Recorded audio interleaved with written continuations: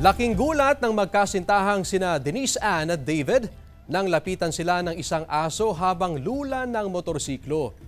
Nasa Gilbert Bridge sila sa Lawag City nang hindi pa rin umaalis ang aso at nakasunod pa rin sa kanila. Sinundan sila hanggang sa bahay ni David sa San Nicolas, Ilocos Norte na may 3 kilometro ang layo. Walang ideya ang magkasintahan sa pangalan ng aso at kung taga saan ang may-ari nito, kaya minabuti nilang i-post sa social media. Inalagaan nila ang aso at umabot sa 2 araw bago matunton ito ng kanyang amo. Laking tuwa ng may-ari ng aso nang mahanap ito pagkatapos ang 1 linggong paghahanap. Ang aso, Douglas pala ang pangalan. Nagpapasalamat ang amo nito sa magkasintahan na kumupkop sa kanyang aso. Gaya ng pamosong kataga ni Douglas MacArthur na I shall return, nagkatotoo rin ito sa asong si Douglas na muling nakauwi at nakapiling ang kanyang pet owner.